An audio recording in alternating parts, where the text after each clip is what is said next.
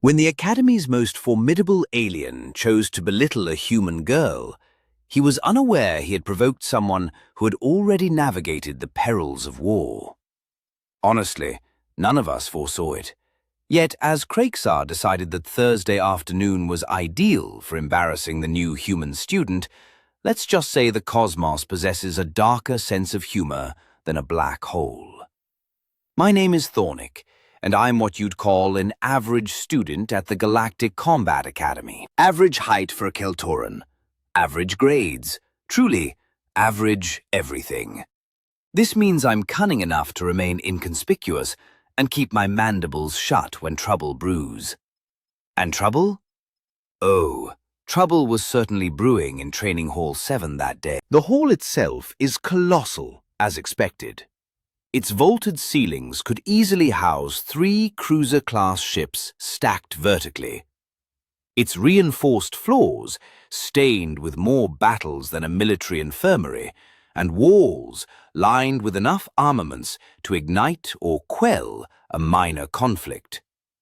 The air perpetually carried the scent of ozone, perspiration, and a mixture of fear and resolve. It wasn't pleasant, but one grew accustomed to it. That day, about 40 of us were engaged in our usual conditioning routines. Well, most of us were. Crakesar wasn't. Crakesar never engaged in anything typical. He stood at the center of the sparring circle, all 7 feet and 4 inches of pure Vorthean muscle, his scales gleaming like polished obsidian under the harsh training lights. His chest was expansive enough to serve as a landing strip, and his 4 arms were crossed in a manner that clearly communicated, "I'm about to ruin someone's day." His crest was fully extended, a Vorthean display that signals either a mating ritual or a threat. And believe me, no one was in the mood for romance. Crakesar had a notorious academy record, not a commendable one. 17 students hospitalized in 6 months, 0 disciplinary actions because his family's political connections ensured instructors turned a blind eye. He was a champion back on Vorthia Prime, which seemingly entitled him to treat everyone else as mere training dummies. Then there was Jenna Reeves, a human female, approximately 5 feet and 6 inches tall, comically small by Academy standards. She weighed perhaps 130 pounds, soaking wet, with brown hair usually pulled back in a simple ponytail. No scales, no exoskeleton, no natural armor whatsoever. Just soft, pink skin that appeared fragile enough to tear at a sneeze. She had been at the academy for 3 weeks, mostly keeping to herself, possessing a quiet demeanor that made her presence easy to overlook. And that's precisely why Crakesar noticed her. Bullies, I think, have a radar for the quiet ones. "Hey, human!" Crakesar's voice boomed across the hall, and I'd swear the temperature dropped 5 degrees. Everyone ceased their activities. You could have heard a feather drop, if anyone had feathers. "I've been watching you. You move like a sick grinder cub. Pathetic." Jenna was at the wait station, setting down a bar that, admittedly, was probably lighter than what the rest of us used. She turned slowly, her face devoid of emotion. Not fear, not anger, just blankness. Which should have been Crakesar's first warning, but he wasn't renowned for his observational skills. "I'm talking to you, meat sack," he continued, swaggering toward her as if he owned the place, which, given his family's influence, he somewhat did. 3 weeks here and you haven't sparred once. Afraid you'll break?" "Not interested," Jenna replied. Her voice was soft, calm, with an accent that made every word sound precise and clipped. Earth accent, North American region. If my Zenal linguistics classes taught me anything. Crakesar guffawed, a sound like grinding rocks. "Not interested? You don't get to be not interested, human. This is the Combat Academy. You either fight or you leave. So, What will it be? He was directly in front of her now, towering over her like a mountain over a pebble. The size disparity was preposterous, almost comical. "I'd rather not," Jenna said, maintaining her calm tone. She took a step back, hands at her sides, appearing non-threatening, even submissive. And that's when Craigsar made his blunder. "Circle now!" He gestured to the sparring ring with one of his lower arms. "Unless you want everyone here to know that humans are as weak as they look, which, let's be honest, you are." A crowd had formed. Students from 6 different species, all watching, some with their communication devices out to record. Because nothing says quality education like witnessing someone being demolished for entertainment, right? Jenna looked at the circle, then back at Craigsar, then to Instructor Velthos, who stood on the observation platform engrossed in his datapad. The instructor, a gangly thresh with an excessive number of joints in his arms, hadn't even glanced up. "Fine," Jenna conceded, and walked toward the circle. And that, my friends, is when I should have known better. Now, before we delve into what would become a profound lesson in cosmic humility, let me provide some context, for context is crucial when you're about to witness an educational beatdown. Humans had only been admitted to the Galactic Combat Academy for approximately 2 years. 2 years, a mere flicker in galactic terms. The Academy itself had existed for 3 centuries, meticulously training the most accomplished warriors, strategists, and security specialists in known space. Graduates typically progressed to command planetary defense forces, lead fleet security divisions, and safeguard high-value assets throughout the galaxy. This institution didn't merely possess a reputation, it embodied the reputation. Successfully navigating 4 years here virtually guaranteed a desired position anywhere in civilized space. Consequently, when the Terran Federation's membership was finally approved and candidates began arriving, we were naturally curious, yet profoundly skeptical. Humans were recent entrants onto the galactic stage, having made contact only 40 years prior, and their physiology was, how should I delicately phrase it, underwhelming. They lacked natural weapons, armor, and possessed mediocre strength by most species standards. Moreover, they originated from a world with embarrassingly low gravity, 1.0 g. I've encountered cargo moons with greater gravitational pull than Earth. Nevertheless, the Galactic Council had quotas and diversity initiatives. So, here we were, sharing training halls with beings who appeared fragile enough to disintegrate in a strong breeze. Craigsar, on the other hand, was Academy royalty, if one could label it such. Undefeated in 32 official sparring matches, he had also triumphed in the Vorthian Tri-Continental Combat Championships for 3 consecutive years prior to his enrollment. His family controlled half the mining operations in the Vorthian system, signifying wealth and influence. This power afforded him the ability to send 17 students to the medical bay without facing any repercussions. Oh, the Academy administrators would voice feigned concern and draft reports, but nothing ever materialized. The Vorthian embassy would place a call, some financial transactions would occur, and suddenly the incident was merely an unfortunate training mishap. Most of us had learned to circumvent him. It was a simple matter of self-preservation. Jenna, however, was like a spectre. In 3 weeks, I had heard her speak perhaps 10 times, always succinctly, always courteously. She arrived punctually, completed every assignment, never complained, and never sought attention. During combat drills, she practiced forms in a secluded corner. During tactical briefings, she meticulously took notes. During meals, she dined alone, engrossed in something on her datapad. The instructors barely seemed to notice her, which, I assumed, was precisely her intention. Instructor Velthos exemplified typical academy staff, competent but jaded. 2 decades of teaching had endowed him with the emotional range of a scanning computer. He observed everything from his observation platform, made notes, corrected form, and enforced rules when it suited him. The issue was that sparring challenges were technically permissible under Academy protocol, even encouraged, provided both parties consented, which Jenna technically had, even if she had been cornered into doing so. Around me, students were already extracting their credit chips. Grexel, a Manthari with an abundance of money and a deficit of intellect, was offering 5-to-1 odds on Krexar winning in under 30 seconds. A group of Kaldorans guffawed, placing wagers on whether Jenna would cry before or after she was struck.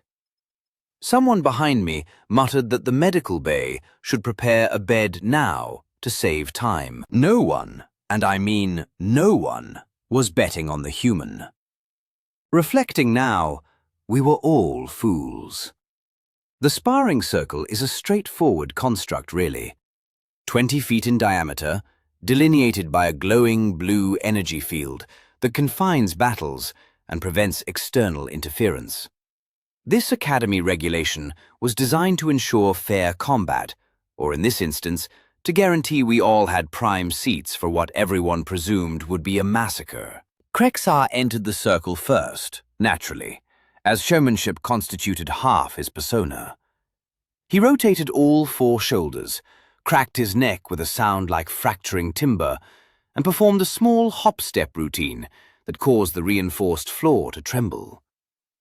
The entity was built like a biological tank. His scales, dark green with black stripes, gleamed with a polish that caught the light with every movement. Each of his forearms was thicker than Jenna's entire torso, corded with muscles that rippled beneath his hide. His tail, easily 6 feet long and tipped with a bony club, swayed behind him like a wrecking ball seeking a structure. Then Jenna entered, and the juxtaposition was so ludicrous I almost laughed. Almost. She wore standard Academy training gear, grey synthetic fabric that fit loosely on her small frame. No armor, as this was supposedly a light sparring match, though I doubt anyone had conveyed that to Krexar. Her lower arms were exposed, and I noticed their toned yet slender appearance, with veins subtly visible beneath her pale skin. Her hands were bandaged at the knuckles, a detail that struck me as overly optimistic. What was her intention? To punch? She'd shatter every bone in her hand long before making a dent in his scales. The crowd had significantly grown, now comprising easily 60 students, forming a semicircle around the ring. The noise level escalated, voices chattering in a multitude of languages, their translation implants working overtime. The atmosphere in the hall shifted from mundane boredom to eager anticipation. Blood sport consistently draws a crowd, regardless of species. On the observation platform, Instructor Velos finally looked up from his datapad. His 3 eyes narrowed, fixed on the ring, and I saw his hand move toward the emergency stop lever. Yet, he paused, likely running the same internal calculations as everyone else. It was technically legal, technically consensual, and technically not his concern until serious injury occurred. He lowered his hand, observing, waiting. A grave error. Krexar raised all 4 of his arms, flexing for the audience, his crest fully extended in a display of threat. Try not to die too quickly, human. I want to enjoy this. Jenna simply stood there, her hands relaxed at her sides, her weight evenly distributed on both feet. Her face remained expressionless, but her eyes, those eyes, meticulously tracked every detail. Krexar's stance, his weight distribution, the movement of his tail, the positioning of his hands. She was analyzing him with the precision of someone reading a technical manual. Calm and clinical. "Ready positions," Beluthos announced, his voice amplified through the hall's speakers. He sounded weary.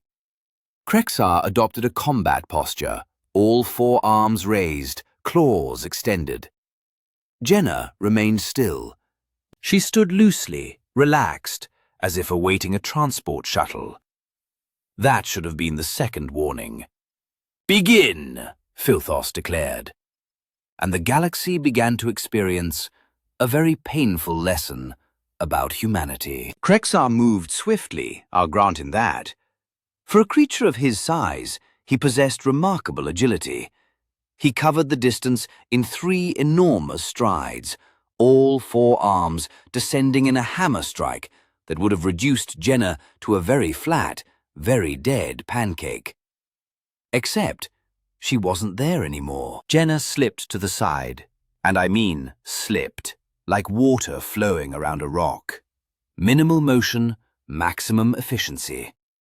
Krexor's fists, all 4 of them, slammed into the mat precisely where she had been standing moments before. The impact sent a shockwave through the floor, a tremor I felt through my feet. Before Krexar could recover, Jenna advanced. Not a way closer to him, inside his reach, which was precisely where one would not want to be when sparring a Vorthon. His arms were his primary weapons. Everyone knew that. So one maintained distance, utilized range, did not get close. Jenna, apparently, had not consulted that manual. Her elbow, and I'm referring to her delicate human elbow, snapped upwards, catching Krexar precisely in the gap between his chest plates, just below where his secondary arms connected to his torso.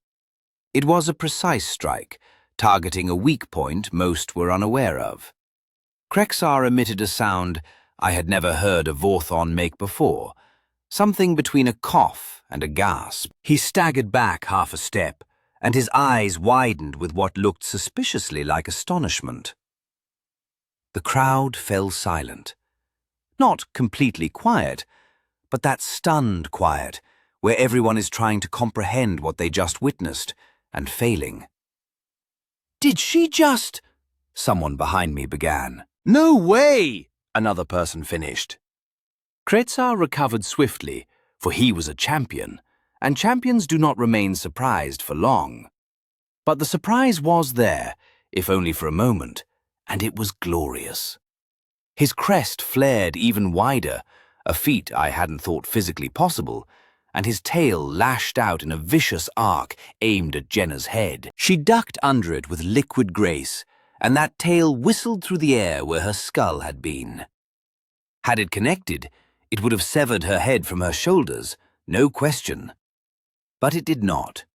Jenna came up inside his guard again, and this time her fist, her small, taped-up human fist, drove into the nerve cluster on Krexar's lower left arm. I know this because I took xenobiology, and I know that spot is sensitive on Vorthians.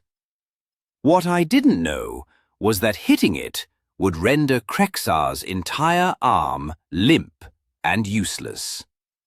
But apparently Jenna did. "What's happening?" Grexel said beside me, sounding genuinely bewildered.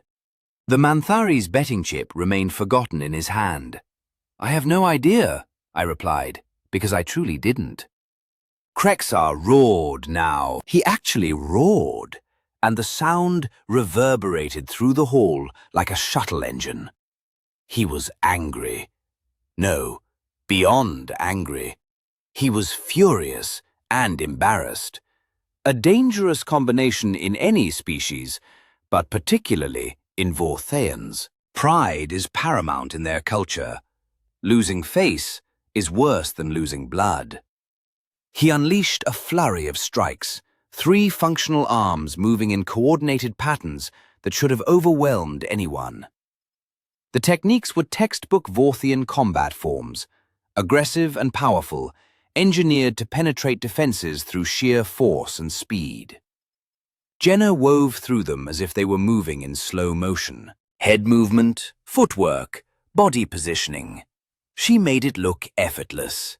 Every punch missed by inches. Every grab met empty air.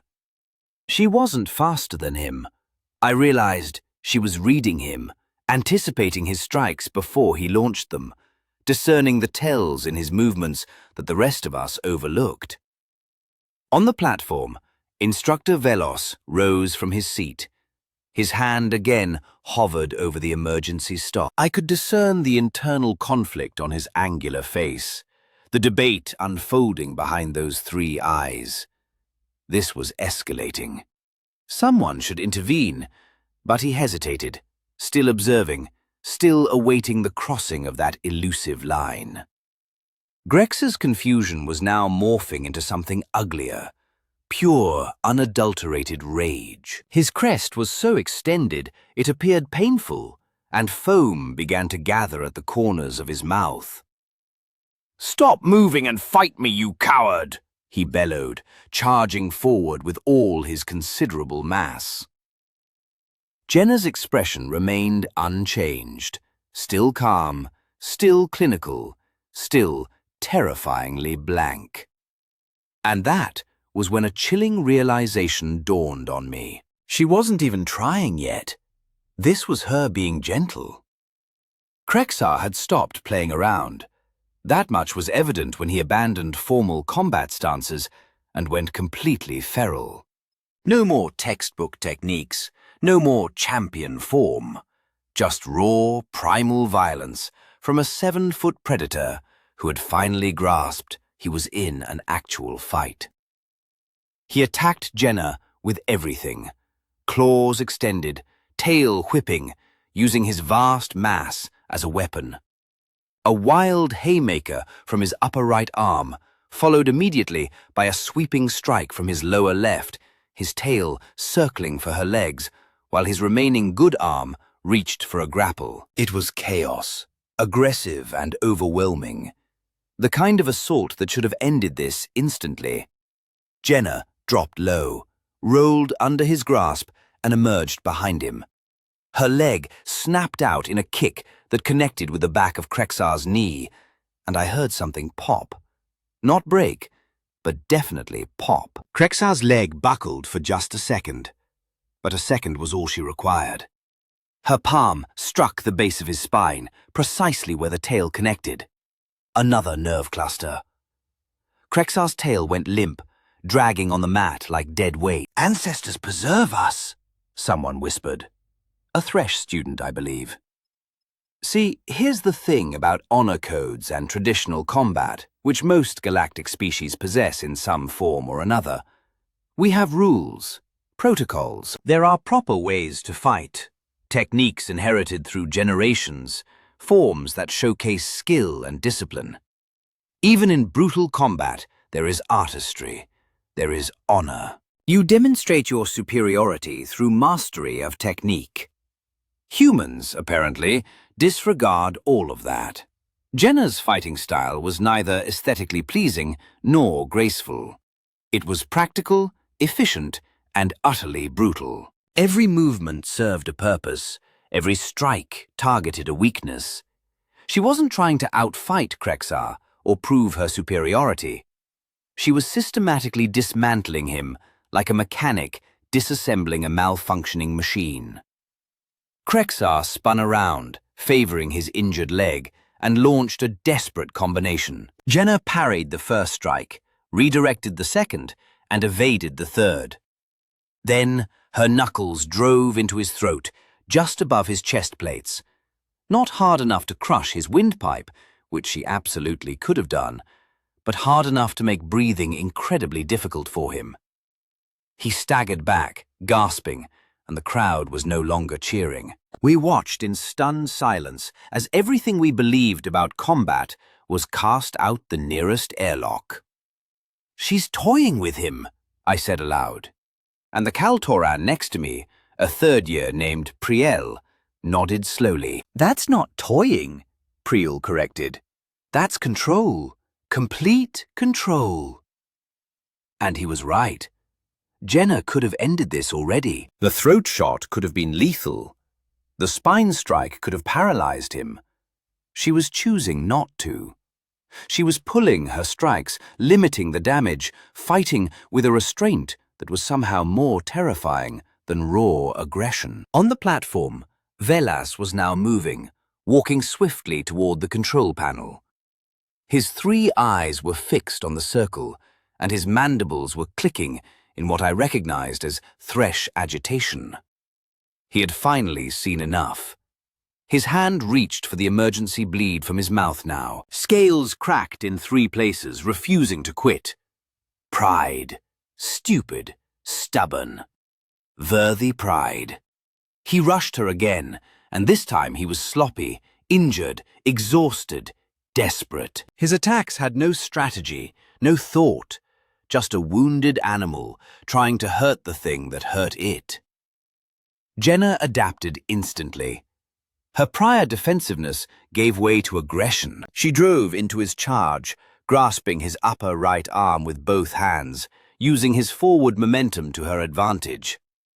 A straightforward, yet flawlessly executed throw sent Kassar, all 7 feet and 4 inches of him, airborne. He struck the mat with enough force to fissure the reinforced flooring. The impact reverberated through the hall like a firearm discharge. Rickles' credit chip slipped from his grasp, clattering to the floor, utterly forgotten. A hushed exhalation of, "By the void," escaped someone's lips. Krexar attempted to rise, genuinely trying. He got his hands beneath him, pushed, and made it halfway to his knees. His crest was still extended, but now it trembled, whether from exhaustion, shock, or both.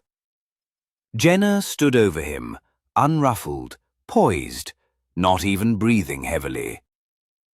It was then that the pieces finally clicked into place in my mind. The precision, the anatomical insight, the methodical targeting of vulnerabilities, the controlled ferocity, the utter lack of superfluous motion. "She has military training," I uttered. Press turned to me, questioning, "What?" "Military training. Proper military training, not theoretical academy instruction. She isn't merely a student. She's a soldier." On the platform, Velforts activated the emergency stop. The energy field encircling the ring flared a brilliant red, signaling an enforced halt. "Too late, Instructor. Far too late." The emergency stop signal glowed, drenching the circle in crimson light. Yet, Kashar either failed to perceive it or simply disregarded it. Most likely disregarded it. His pride lay in tatters, his reputation ruined.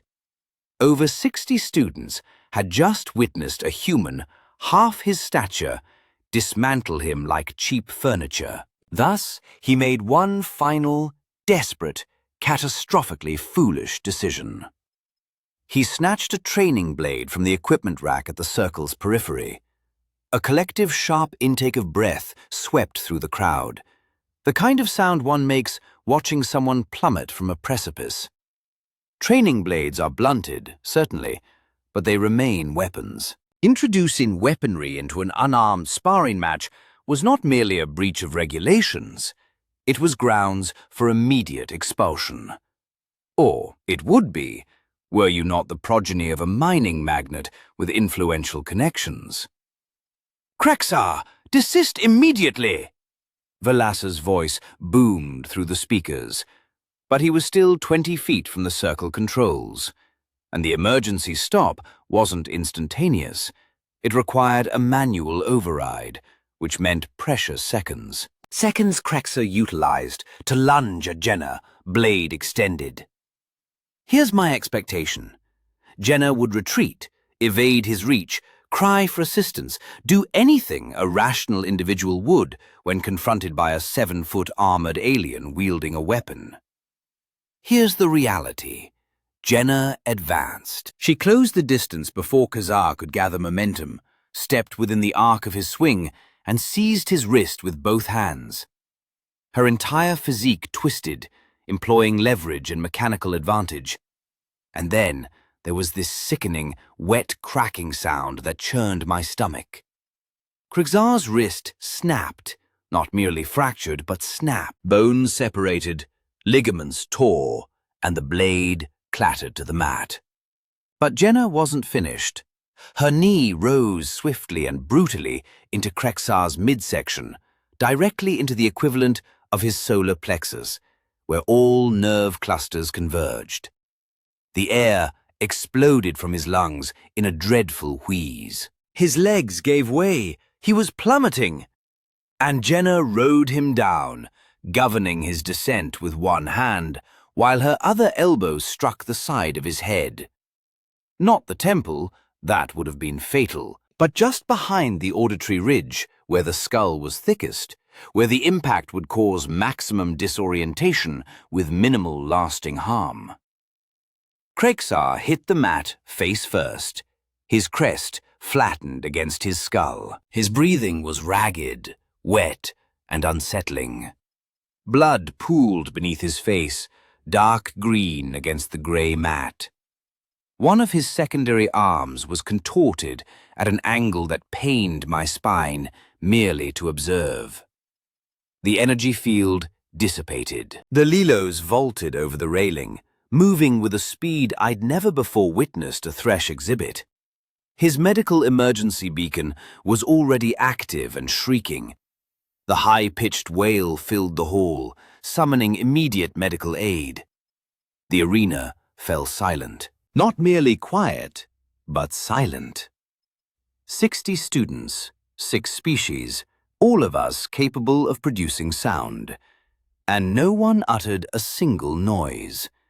We simply stood there, transfixed, attempting to fathom what we had just witnessed. Jenna stood over Krixar's unconscious form, her chest rising and falling with measured breaths.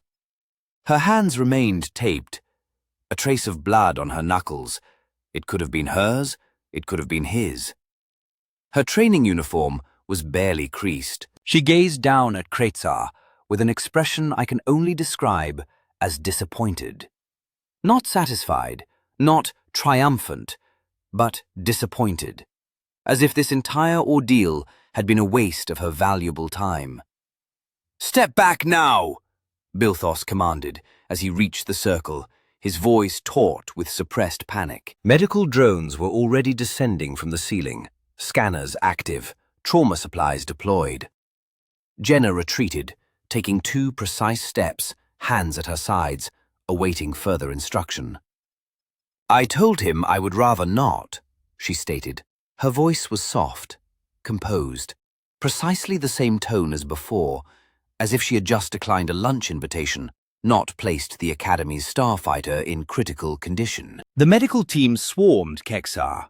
Stabilization fields activated. Biomonitors chirped urgent warnings. Someone was shouting about internal hemorrhaging and fractured skeletal plates. Belfast turned to Jenna, his 3 eyes wide, his mandibles clicking rapidly. "You are to remain still. Say nothing. Security is en route." Jenna nodded once, compliant, cooperative. I surveyed my fellow students. Grexel's mouth hung agape. Reynolds' scales had blanched.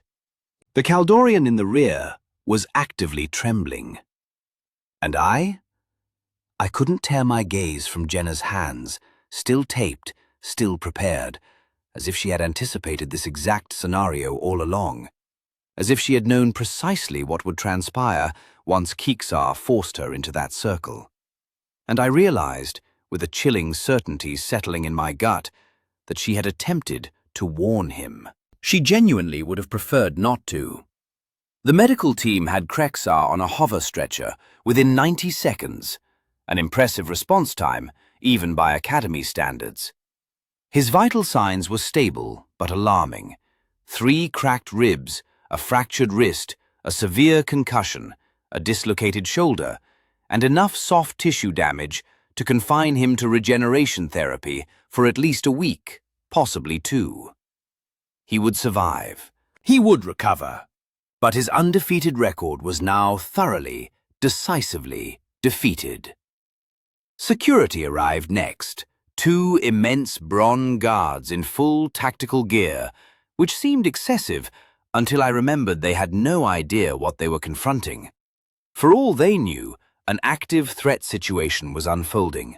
When they saw Jenna, all 5 feet and 6 inches of her, standing calmly with her hands visible, I swear one of them looked perplexed. "This is the individual?" the lead guard inquired of Belfos, his voice a deep rumble that vibrated through the floor. "Yes," Belfos replied, sounding utterly exhausted. The guard scrutinized Jenna, then the blood on the mat, then back at Jenna. "Understood.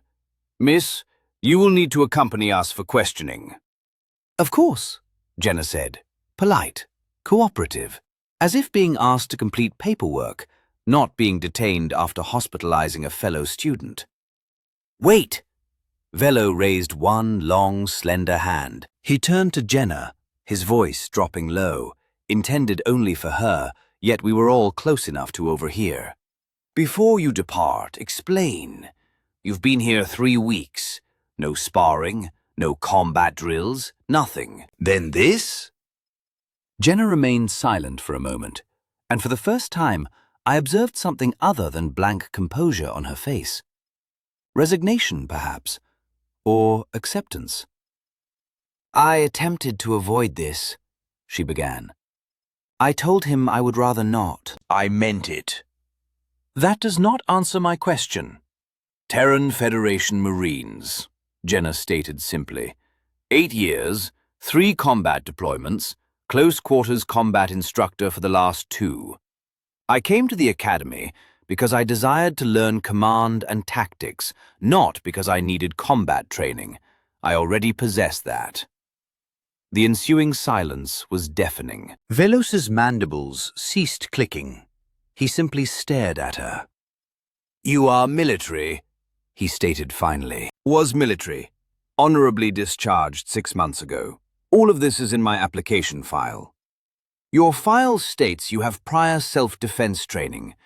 That is technically accurate," Jenna responded, and I swear I detected the faintest hint of sarcasm. "Marines do learn self-defense, among other things." I felt my world subtly shift. We had all reviewed the human application files upon their initial arrival. Brief summaries, academic records, basic biographical data. Prior self-defense training could signify anything from a weekend course to professional instruction. We had assumed a weekend course, because why would we assume anything else? We had assumed humans were delicate, weak, new to the galactic stage, and therefore inexperienced. We had assumed incorrectly. Around me, students were experiencing similar epiphanies. Prenal was accessing something on his datapad, reading rapidly, his scales shifting colors in distress. Grexel stood motionless, gazing at his forgotten credit chip on the floor, as if it held the answers to the universe. "The Academy administration will need to review this incident," Bilthos declared, visibly pulling himself together. "There will be questions, many questions." "I understand," Jenna replied. "For what it's worth," Velas added quietly, "he should not have grabbed that blade. That was his choice, not yours." Jenna nodded, but said nothing. The security guards escorted her from the hall, and we all watched her depart. She walked with impeccable posture, head held high, shoulders back, military bearing. How had we not noticed that before? After she left, the hall remained silent for another full minute. Then, slowly, conversation began. Hushed at first, then growing louder, more animated. Datapads emerged. Files were accessed. Suddenly, an intense curiosity about humanity, Earth, and their military chronicles swept through everyone. The revelations were far from reassuring. Humans had been embroiled in warfare throughout their recorded existence. Millennia of ceaseless strife, evolution, and ingenuity in the pursuit of mutual destruction. They had devised hundreds of distinct martial arts disciplines. Their military conditioning programs were deemed extreme, even by their own criteria. Yet we had once perceived them as fragile. Belo stood alone in the circle, gazing at the blood on the mat, and I overheard him muttering something in his native tongue. My translator missed it, but I'm fairly certain it was an expletive. The Academy's official decree arrived 3 hours subsequent. Following a thorough inquiry, it was concluded that Jenna had acted in self-defense after Crakesar introduced a weapon into an unarmed contest. No disciplinary measures were taken. The case was closed. Crakesar's kin naturally attempted to contest the decision, but even their formidable political sway could not counteract the security footage, which unequivocally depicted who initiated the aggression and who merely responded. For the first time in his academic tenure, Crakesar confronted repercussions. A 1-month suspension, mandatory anger management therapy, probationary status, and the entire student body absorbed a vital lesson about preconceived notions. So, here we are, 2 months later, and that day in Training Hall 7 still occupies my thoughts. It is remarkable how a single skirmish can entirely reshape one's understanding of reality. I now frequently encounter Jenna on campus. She largely remains solitary, still dines alone, and quietly takes notes during tactical debriefings. The distinction now is that no one bothers her, not in the slightest. Students afford her space, not precisely out of fear, but out of respect.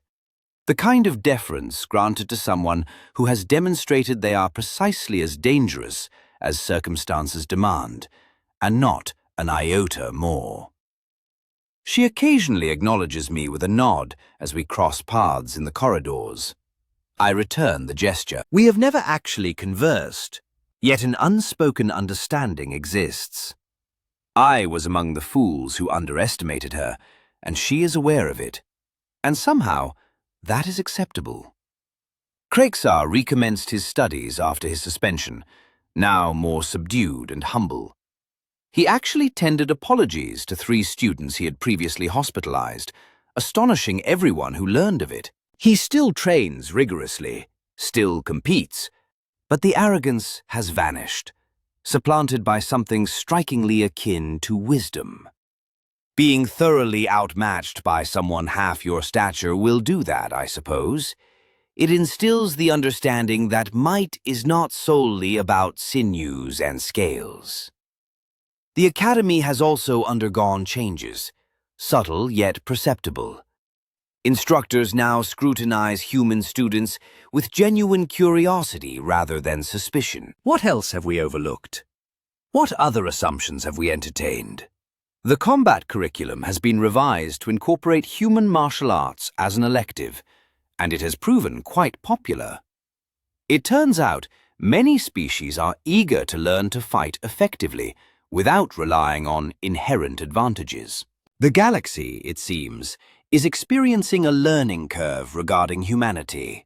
We presumed that because they lacked claws, scales, natural armor, and originated from a low-gravity world, they would be feeble. We neglected to consider that perhaps, just perhaps, a species compelled to survive without those advantages might have cultivated different, superior proficiencies. Humans are pursuit predators. We now know this. They evolved by hounding their quarry across vast terrains until it succumbed to exhaustion. They are masters of endurance, who learned to employ tools, tactics, and intellect to overcome physically superior adversaries. Because on Earth, every other being was a physically superior adversary, and they became exceedingly adept at triumphing. Anyway, I sometimes observe Jenna during sparring drills. She has begun participating, collaborating with students who politely request her assistance and approach her respectfully. She is an excellent instructor, patient and meticulous. She restrains her blows, manages the engagement, ensuring everyone learns without injury, just as she attempted to do with Krexar before he made his unfortunate choice. The human delegation to the Academy has expanded. 15 new students arrived last month, with more anticipated next semester. The Galactic Council fast-tracked several applications, apparently concluding that integrating humans into the Academy was suddenly a brilliant idea. It's amusing how rapidly political tides shift when reality delivers a harsh awakening.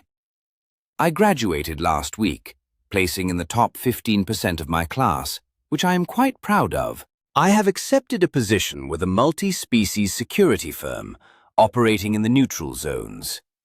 It offers good compensation, satisfactory benefits, and stimulating work.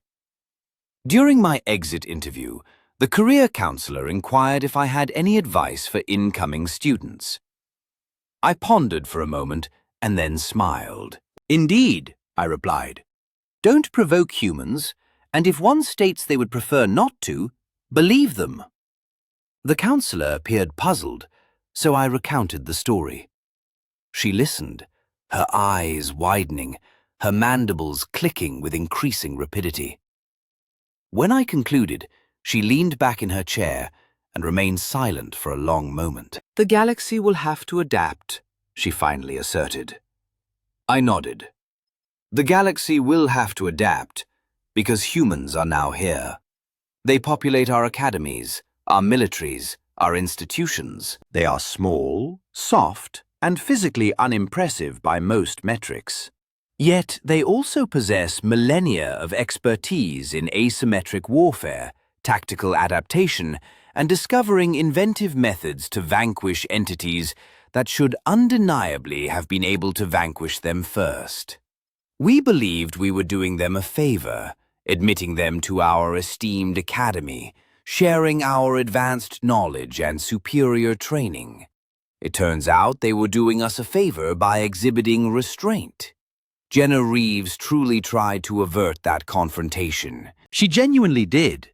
She offered Krexar every chance to withdraw, and when he refused, when he persisted and finally transgressed the boundary, she imparted a lesson to the entire academy that we desperately needed to learn.